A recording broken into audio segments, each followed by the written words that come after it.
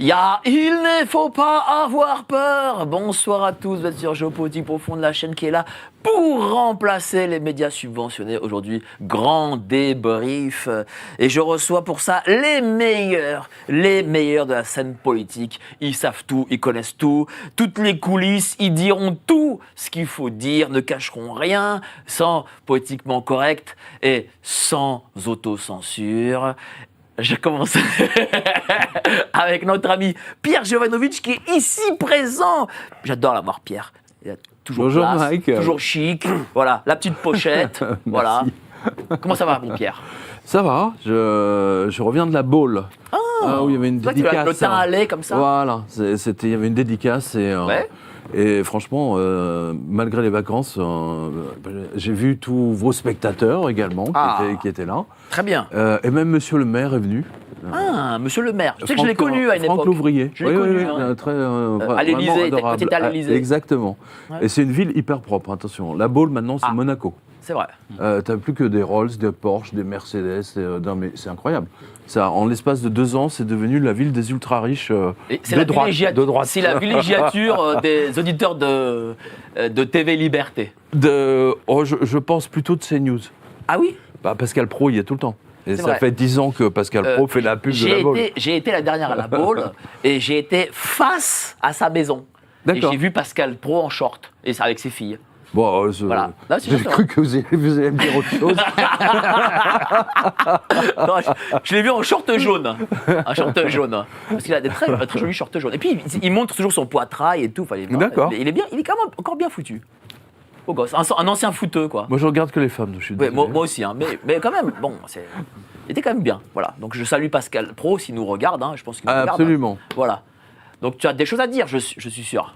Écoutez, en tout cas, la revue de presse vidéo avec le pape des fake news et surtout Dieu est en train de battre des records. Voilà, donc là aussi, je remercie. Puis on parle de Klaus Schwab, notamment, dans la revue de presse. Hein, il ne faut pas avoir beurre. Monsieur Schwab, Herr Schwab. Monsieur Schwab qui met des mains aux fesses, hein, qui traite ses collaborateurs noirs de nègres et compagnie. Ah oui, ça, et donc là, le Wall Street Journal a décidé de l'exécuter. Voilà. C'est-à-dire que ça fait 50 ans qu'il fait ça, mais du jour au lendemain, ils ont découvert le truc. Donc c'est la fin de Klaus Schwab, il va falloir changer votre générique, mon cher Mike. On sait qui est le remplaçant ? Non, pas encore, mais je pense que Bill Gates est un bon candidat. Bon. Merci, cher Pierre. Mais je vous en prie. En face, nous avons notre ami Nicolas Stocker, éditorialiste et puis patron d'émission sur Radio Courtoisie. Dis donc, ça fait un moment que tu m'as pas pris en édito. Hein. Si, non ? C'était quoi la dernière fois ? Tu vois, tu t'en souviens même plus. Bon, comment ça va, cher Nicolas ? Écoute, à titre individuel, très bien. Il fait même plutôt beau, plein de projets, bientôt les vacances. D'accord. Et moi qui fais un éloge de la paresse, c'est un autre titre. Je me réjouis aux vacances qui arrivent. À titre collectif, puisque zone politikon, tu sais bien, l'homme est un animal politique, disait Aristote, et social. Donc là, évidemment, en tant qu'animal politique et social, j'ai, comme beaucoup de patriotes, mal à ma France. Aujourd'hui. Tu sais que moi, je ne cache rien à nos amis auditeurs, qui sont comme la famille. En tout cas, ils voient que tu te réjouis. Donc je ne suis pas du tout réjoui. Hein. Pourtant, c'est l'impression que tu donnes. Je ne cache rien à mes amis auditeurs. J'ai fait une émission avec un certain Nicolas Stocker un mercredi. Où je n'ai pas pu en placer une. Donc tu ne pourras pas trop me citer sur ce fameux mercredi, puisque je n'ai pas pu en placer une, ce qui a rendu dingue les auditeurs de Radio Courtoisie. J'ai eu tout le plateau contre moi. Et beaucoup des auditeurs. Et beaucoup des auditeurs, ce qui est plus gênant. Le plateau, à la limite, ton attitude était assez héroïque. Par contre, les auditeurs, c'est plus ennuyeux. Mais le plateau, c'est très courageux de ta part. Alors que je pense avoir eu raison ce soir-là. Ça, c'est l'avenir. Tu sais, on ne sait pas, il n'y a peut-être pas la photo d'un second tour, un dimanche soir à 20h. Pour le spectateur qu'il est question d'une bouteille de champagne. Oh. En plus, il vend la mèche. Blanc de blanc, précisons. Non, au contraire. On était plutôt parti sur un cristal Roederer. Oh, ça vaut. Et donc, pourquoi d'ailleurs j'avais fait les bulles dans le cristal Et j'avais fait un jeu de mots, hein, mais je me souviens plus du jeu de mots, d'ailleurs, que j'avais fait dimanche sur le sujet, sachant que quand même, le Cristal Roderer, tu le sais bien, Pierre, c'est le champagne des tsars, c'est le champagne russe par excellence. C'est à partir des tsars qu'on a commencé à boire le champagne dans des vins en cristal. Et leur maison, la maison des tsars, c'était la maison Roderer. La maison Roderer, mais il y a Donc pour un Polonais, je trouve que ça serait pas mal qu'il s'étouffe avec une bulle de Roderer. voilà. Il m'a dit, mais comme il m'a dit que je n'y connaissais rien, qu'en tant que Polac, je n'y connaissais rien en matière de champagne, donc il me filera un crément de la montagne verte. Un crément bulgare. Et non, un crément bulgare. de la montagne verte. Est-ce que tu sais que c'est la région, paraît-il, viticole? Je suis allé chercher sur Wikipédia avant de te répondre. La montagne verte, c'était la région viticole de Pologne. Mais j'ai même pas eu droit à mon petit hommage aujourd'hui à midi ou à 13h sur l'émission, sur le live. Et un hommage de quoi? Tu aurais pu dire quand même, bon, je me suis trompé sur mes prévisions, mais un certain Mike Borowski, qui est pour moi comme une forme de mentor politique, avait dit la réalité. Initié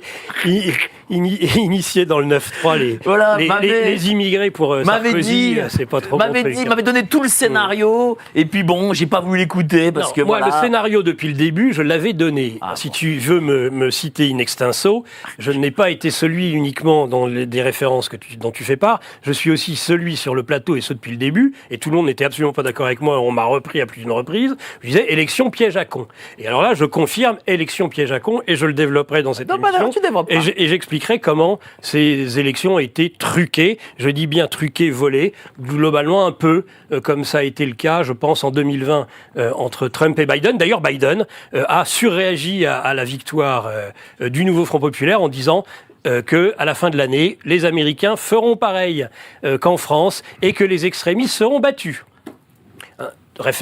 Il parle en maître, Biden, hein, quand on sait à quoi il doit son élection. Non, mais c'était un communiqué ou il l'a dit lui-même? Ah oui, tu veux dire par là? Oui, enfin, il l'a dit. En tout cas, précisons-le, parce que celui qui s'occupe de son Twitter, c'est une gamine de 20 ans. Donc, qui se fait passer pour lui. Donc, bon. En tout cas, je suis très content que tu sois ici présent et que visiblement. Je me suis pas dégonflé. Et visiblement, tu es moins fâché après moi, comme tu l'étais fâché.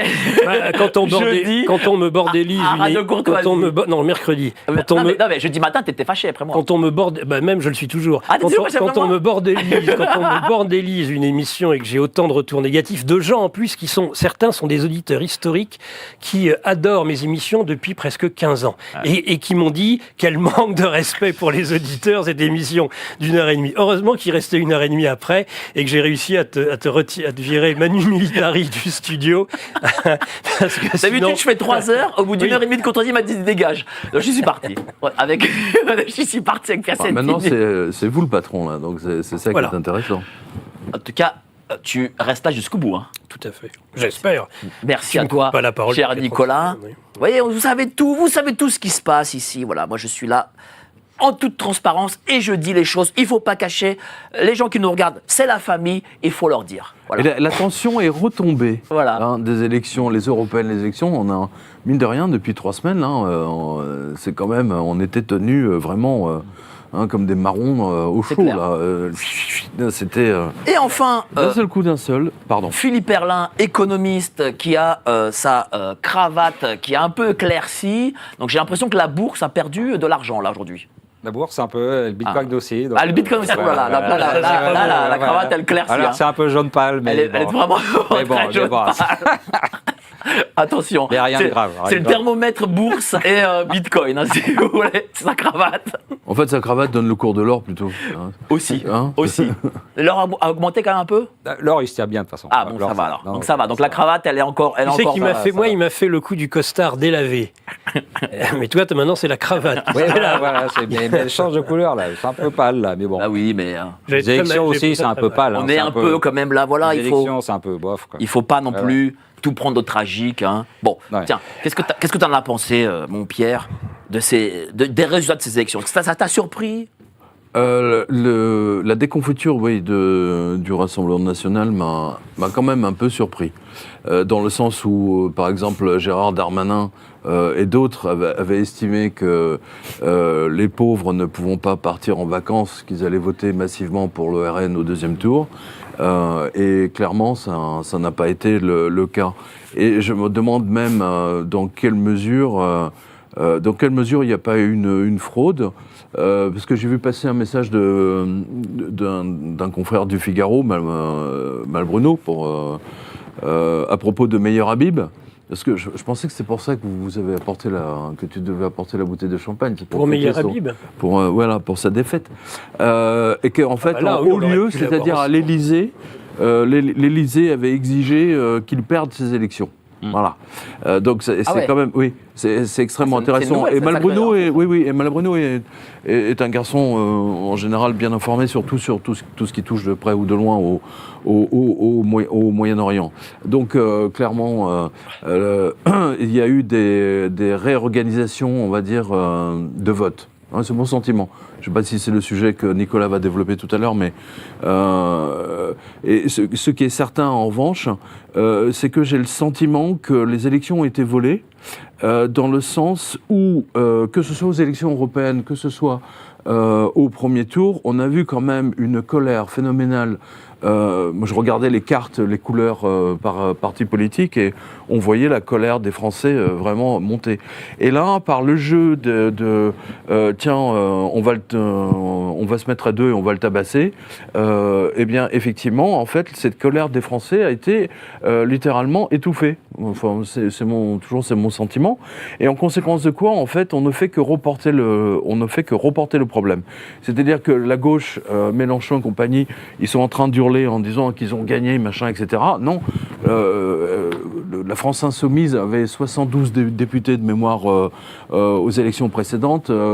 Maintenant, je crois qu'ils en ont même perdu par rapport aux élections. Oui, c'est vrai. Ou peut-être deux de plus. Ils ont perdu Rachel Keke déjà. Oui. Bon, c'est pas. Bon. Oui, mais ça fait une personne. Oui, tout à fait.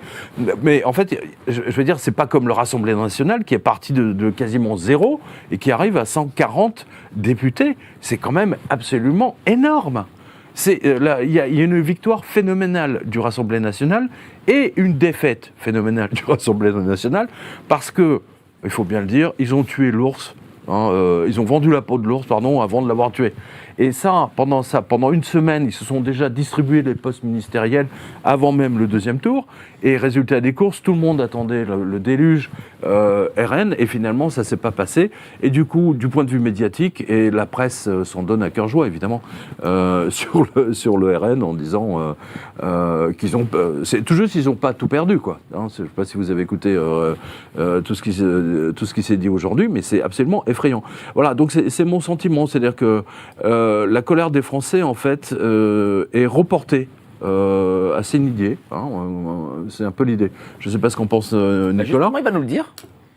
Alors, donc, oui, il y a eu une nouvelle quinzaine de la haine, on en avait parlé avec Bruno Gollnisch dans ce monde réel. C'était même pas en solde. Et non, et moi, rien que le dimanche, j'avais vu la veille un conseil d'administration d'une université dire qu'il fallait faire barrage.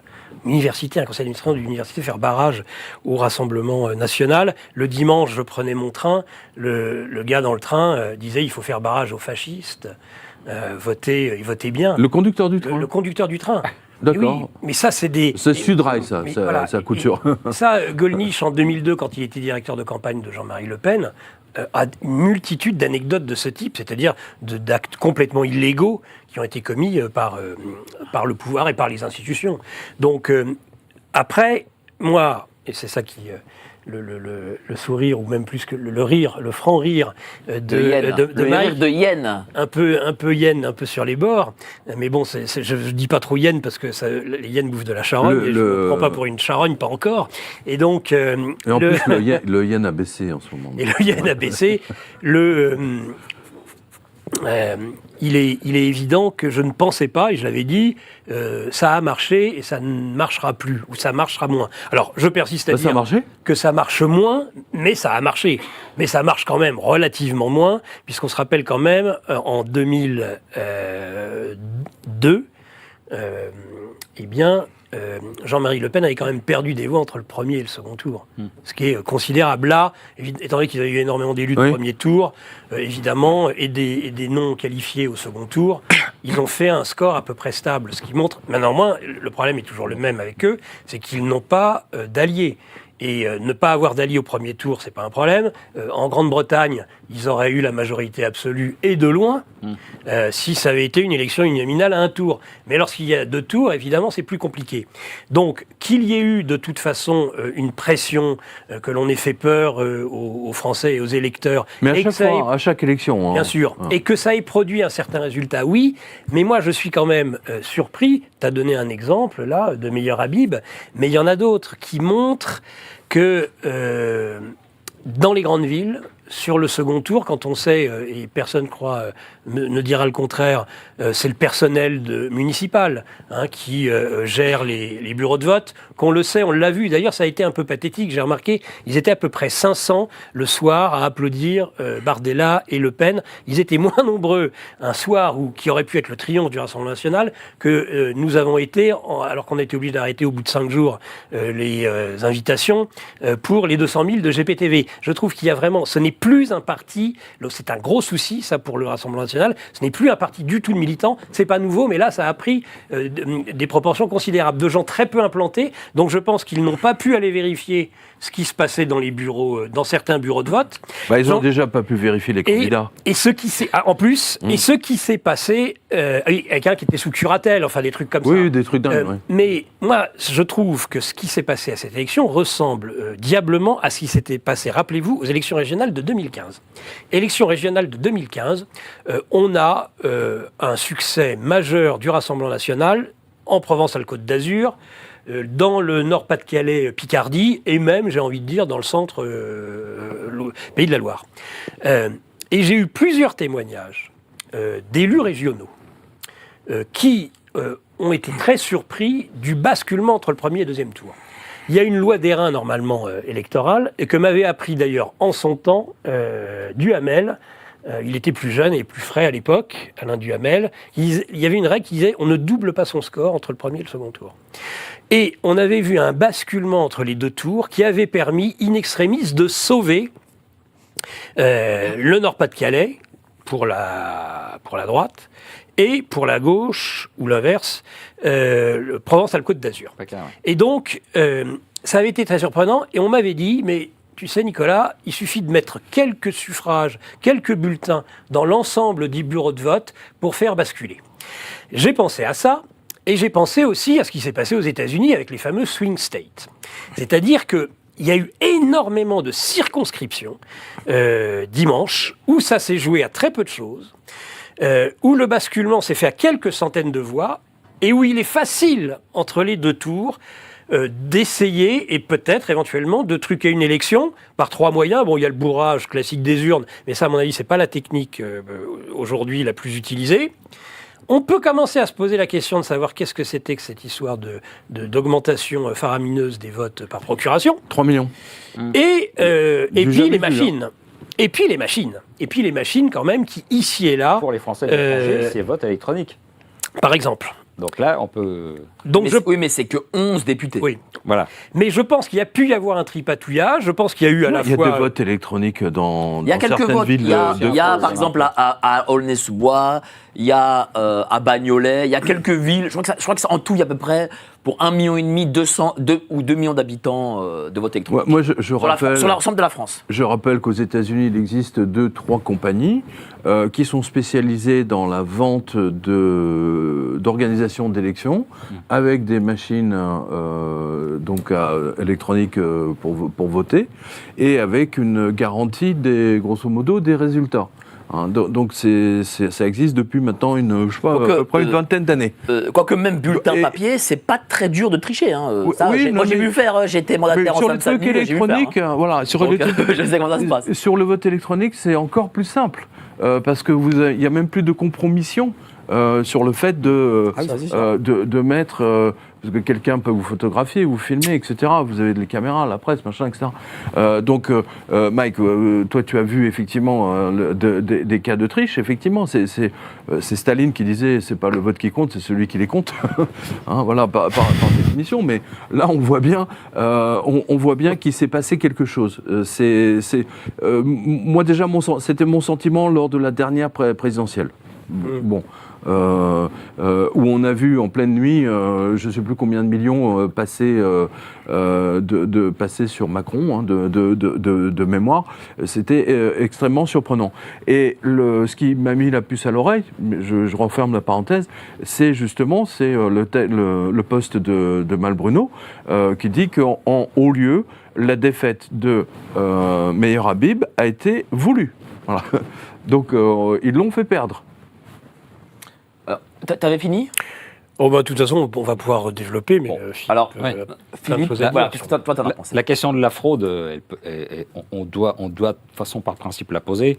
Maintenant, il faut savoir qu'aux États-Unis, elle a pu se faire parce qu'il y a le vote par correspondance. Oui. Et ça permet très facilement... Mais il n'y a pas de vérification des cartes d'identité. Voilà, il n'y a pas de vérification d'identité. Il n'y a pas de vérification. Voilà. Les morts, il y a eu un nombre incalculable de morts, des gens qui étaient morts depuis 20 ans. Je veux dire, c'était une mascarade phénoménale. Les Américains qui nous vendent de la démocratie dans le monde entier ne sont même pas foutus d'organiser un vote, on va dire, régulier à la française ou à l'italienne. Il y a les votes par correspondance, il y a aussi ce qu'ils appellent le ballot harvesting.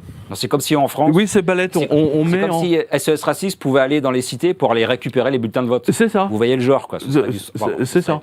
Et ça, on peut faire ça aux États-Unis, donc on peut planifier une fraude importante. Mais c'est ce qu'avait fait Biden. Voilà, c'est mais il l'avait même dit. Mais c'est ce qu'a fait Biden. 15 jours avant ou 3 semaines, je ne sais pas si vous vous souvenez. Il a fait une déclaration. Il a fait une déclaration. Oui, déjà, il avait déjà perdu la tête. Il avait déjà pété un câble. Vous inquiétez pas, on a tout organisé. Il avait dit on a tout organisé. Alors, laisse parler Philippe. En France, on a supprimé le vote par correspondant, donc ça limite cette fraude-là, et c'est une bonne chose. Maintenant, c'est vrai qu'il y a le vote électronique. Alors, pour les Français de l'étranger, par exemple, le cas Meyer Habib que vous évoquiez, on peut bouger le curseur pour le faire perdre, hein, parce que là, c'est facile. Pour le faire perdre, on peut bouger le curseur, voilà, c'est assez facile. Et c'est vrai que le nombre de procurations, 3 millions de procurations, c'est important. Sur Twitter, on a repassé, il y a André Birkhoff qui a repassé une intervention d'un député LFI d'ailleurs, qui se plaignait de ça, surtout du fait qu'on ne peut pas vérifier. Parce que les répertoires de noms des personnes qui votent par procuration ne sont pas centralisés au niveau de la préfecture. Donc pour un candidat, c'est compliqué à vérifier. Il est obligé de demander ces listes à chacune des mairies de sa circonscription. C'est ça. En faire des dizaines ou des centaines, suivant les cas. Ou alors de toutes les remonter au Conseil constitutionnel. Mais il faut payer un avocat et puis ensuite on a très peu de temps pour les vérifier. Et 6 mois d'enquête. Voilà, donc en fait on rend très difficile la vérification. Alors que le vote en tant que tel, comme on a supprimé le vote par correspondance et que les gens signent sur... pour tricher, il faut quand même il faut connaître la signature, c'est un peu plus compliqué, voilà. Donc non, on peut se poser la question. Tu peux tricher très facilement sans connaître des signatures des gens. Tu sais, les bureaux de vote, les présidents de bureaux de vote, ce sont souvent le gars de la mairie, quoi.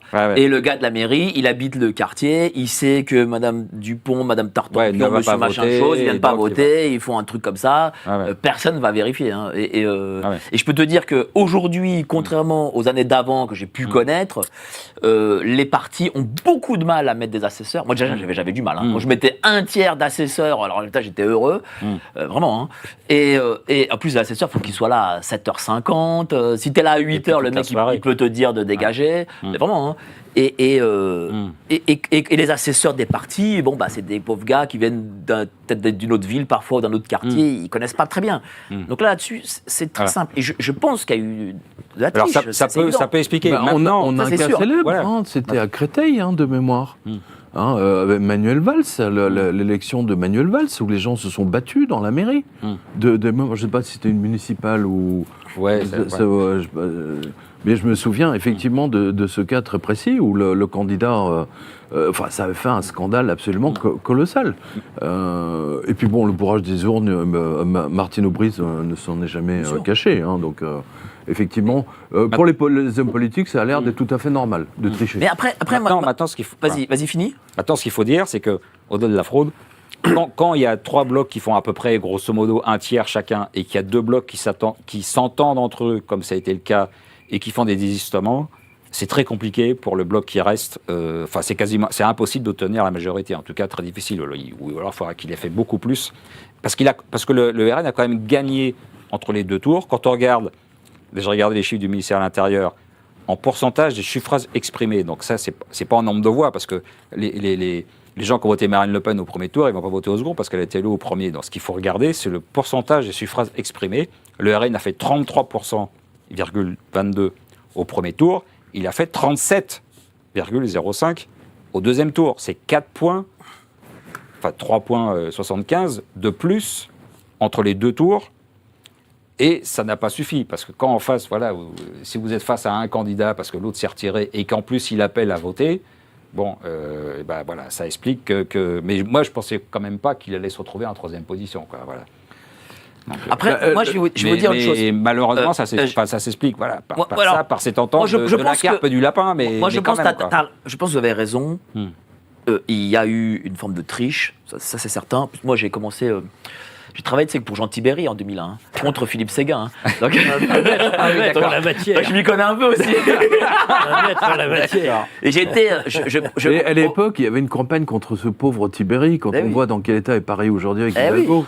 Un très bon maire. Tibéry, je veux dire, mais au-dessus, c'est le soleil. Hein, et je prenais la voiture avec Dominique Tibéry, le fils, et Xavier.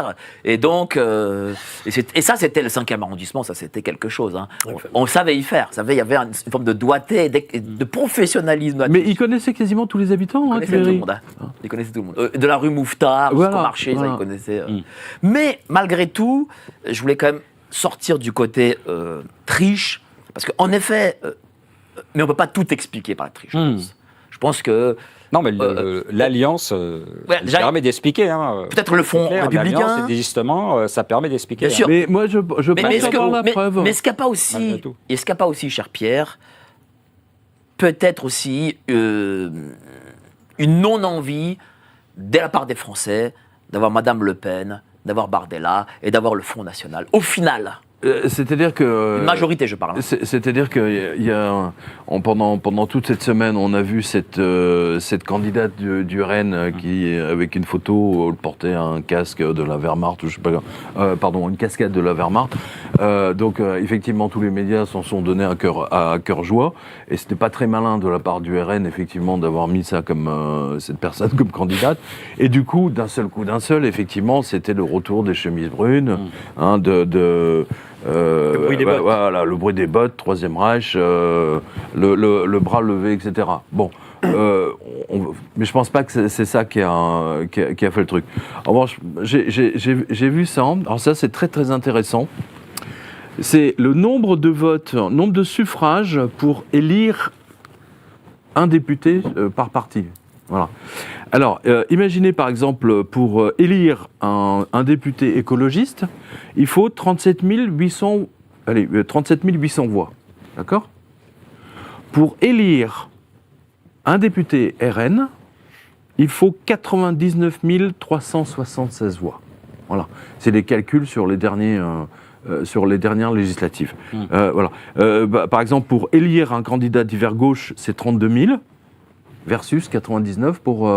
Donc, il y a bien un problème. Je veux dire, c'est ce que disait Nicolas quand il est arrivé tout à l'heure, quand il a commencé à nous l'expliquer. Moi, j'ai vraiment le sentiment qu'il y a quelque chose qui ne colle pas. Voilà. Parce que c'est pas normal qu'il ait... par Union de la gauche, par exemple, donc LFI, PS, etc., c'est 47 000. Voilà. Mais c'est quasiment le double, en fait. C'est le double. Il faut le double des voix pour élire un député RN. Quasiment 100 000. Allez.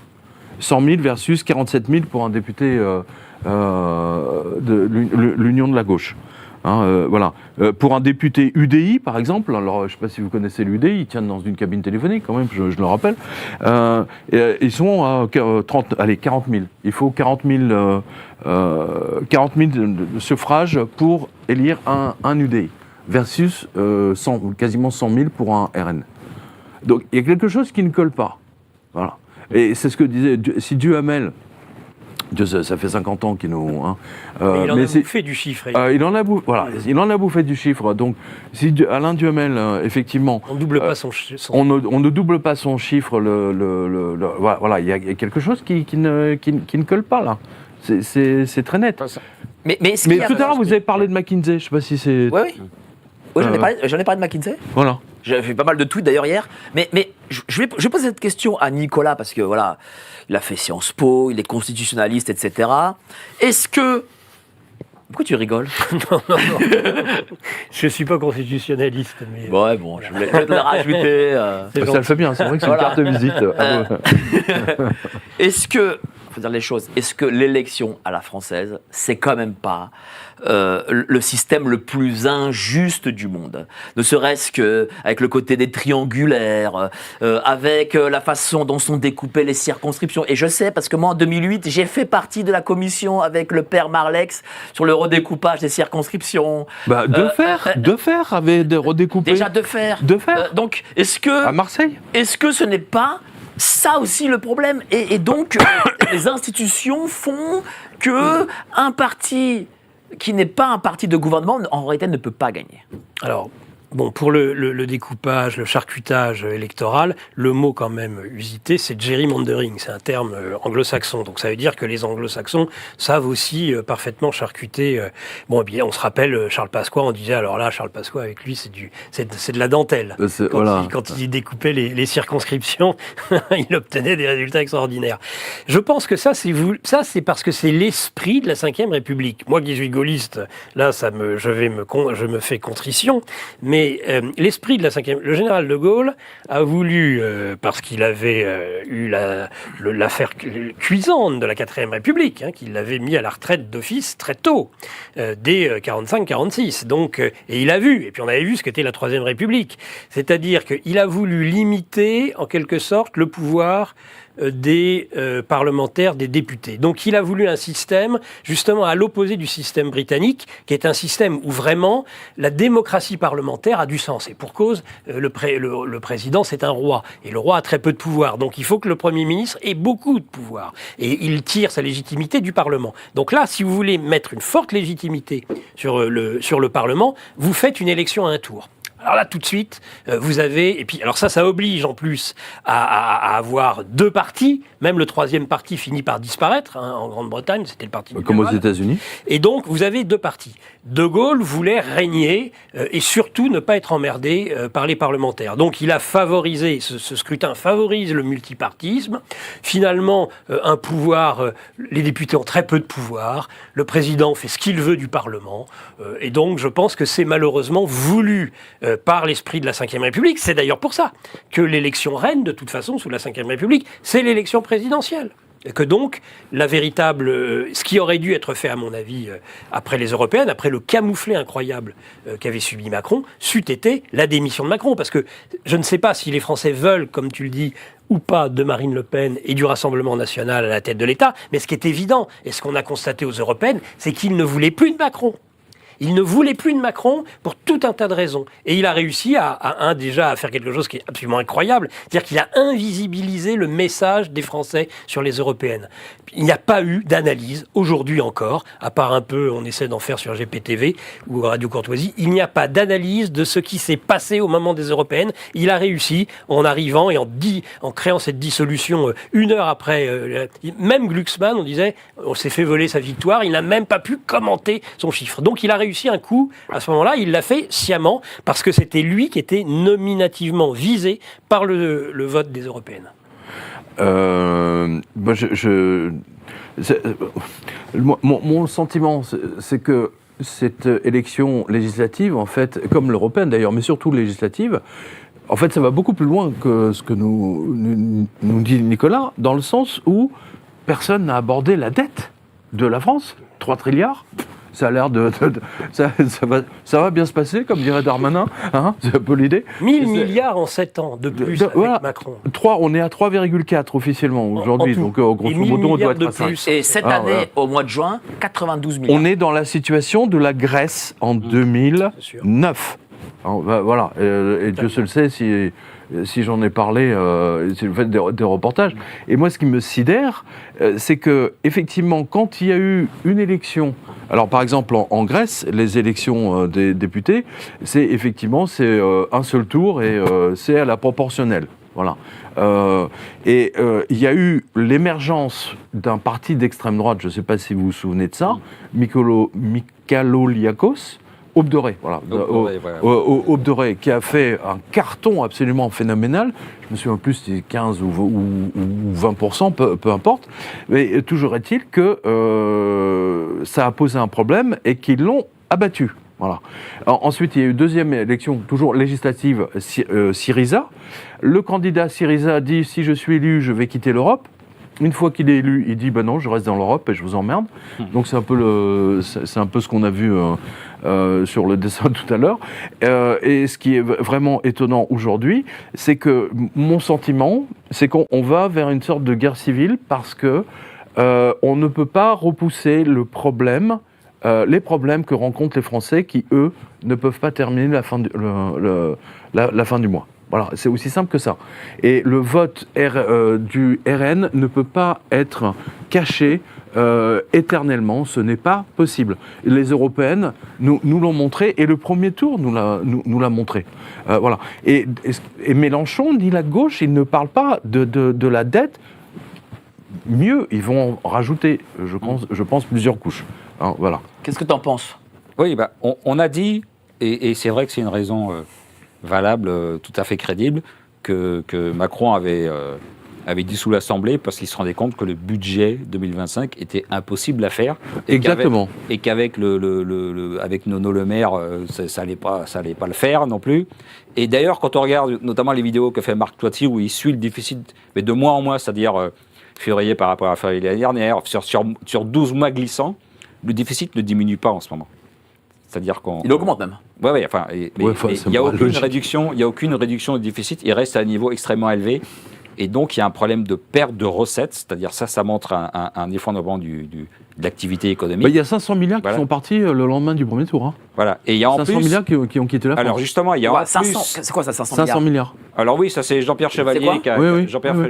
Ça veut dire quoi, 500 milliards? Alors c'est les capitaux qui s'en vont. Des capitaux qui s'en vont. Que lui, il estime à 500 milliards. De toute façon, c'est évident. Il avait calculé notamment la différence sur le Bund allemand, etc. Enfin bon, c'est un peu technique, mais... Pourquoi entre les deux tours, 500 milliards sont partis de France à l'étranger? Non, c'est juste le lundi. C'était juste le lundi. Oui, il a estimé ça parce qu'en fait, on a vu que les taux d'intérêt sur la dette de la France sont mis à monter. Aujourd'hui, la France, elle emprunte un taux d'intérêt plus élevé que le Portugal. Le Portugal, il y a 10 ans, c'était au bord de la faillite. Mais eux, ils ont fait un effort. Ils ont réduit leur déficit budgétaire. Et ils ont une situation économique et budgétaire qui est relativement saine. Ils sont encore en déficit, mais je veux dire, ça va. On emprunte à un taux d'intérêt plus élevé que le Portugal.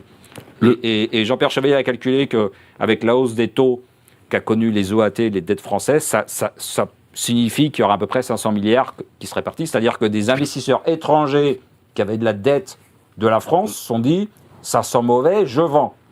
Oui, c'est aussi simple que ça. 500 milliards. Voilà. Et le problème, c'est que là, avec la chambre introuvable, la coalition impossible à faire, parce que même quand on additionne, personne n'a la majorité. Hein. Même si les macronistes débauchent à droite à gauche, il n'y a pas de majorité. Et Standard & Poor's a dit aujourd'hui qu'il y avait un risque sur la note de la dette de la France à cause d'un gouvernement impossible à former. Voilà. Oui, enfin Standard & Poor's... Non, mais ils le disent, ils ont raison. Ils ont raison, mais en même temps, c'est une évidence, quoi. Voilà. Parce que ils enfilent des perles, si je puis me permettre. Mais ils le disent, parce que qui va s'attaquer au problème du déficit budgétaire et de la dette? Non, mais le vrai souci, il est là. En fait, vous avez remarqué que pas un parti politique n'a abordé le sujet. Bon, ça fâche les Français dès qu'on parle d'argent, c'est ça le problème, c'est un phénomène bien connu. On l'a vu avec Mitterrand. Et moi, mon sentiment, là, c'est qu'on est en 1980. Mais il y a un autre sujet dont on n'a pas parlé, et ça, j'en ai discuté à Radio Courtoisie ce samedi. D'ailleurs, n'hésitez pas à revoir mon dernier replay de Radio Courtoisie. Aucun parti politique n'a parlé des années crise sanitaire. de la Oui, gestion exactement. sanitaire. Exactement. Et- Ça, oui. Mais personne n'en a parlé. Et pire Comme si que tout le monde était d'accord Et de, pire- de comment et ça pire s'est que passé. tout, Olivier Véran s'est présenté. Oui. Alors lui, Il il a a été osé, il a Voilà. osé se présenter, Lui, c'est dingue. Lui, il a été battu quand même. Oui, Mais heureusement. Nicolas Dupont-Aignan, qui est un député qui s'est le plus élevé contre le pass sanitaire, lui a été battu. Et ça, c'est quand même.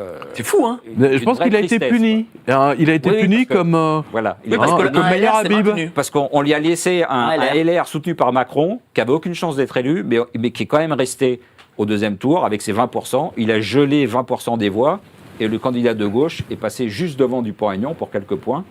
Donc il c'est a à mon été avis, planté pour à ça. mon avis, c'est pas Alors que la c'est celui gestion. qui se le- À Exactement. mon avis, c'est pas que Exactement. la gestion de la crise sanitaire dans ce cas-là, si tant est qu'il ait été puni, mais c'est aussi sa position vis-à-vis de la Russie. Et puis la destitution Ah oui, de ça, Macron pour aussi. Russe. Ah oui, ça, La c'est... destitution de Macron. Ça, c'est disqualifiant d'office. Là, la position C'est sur pas la pour Russe, Russie. c'est pour la paix, c'est même pas pour Russe. Ah, bah non, Oui, mais c'est la paix, oui, ça- voilà. Voilà. J'ai pas dit pour eux, j'ai dit sa position vis-à-vis de la Russie, Voilà, qui voilà. ne convient pas. Voilà. Pardon, monsieur, je suis confus, j'ai garé mon briquet. On a aussi tendance à jouer avec le feu. Google, qui est une création de la CIA.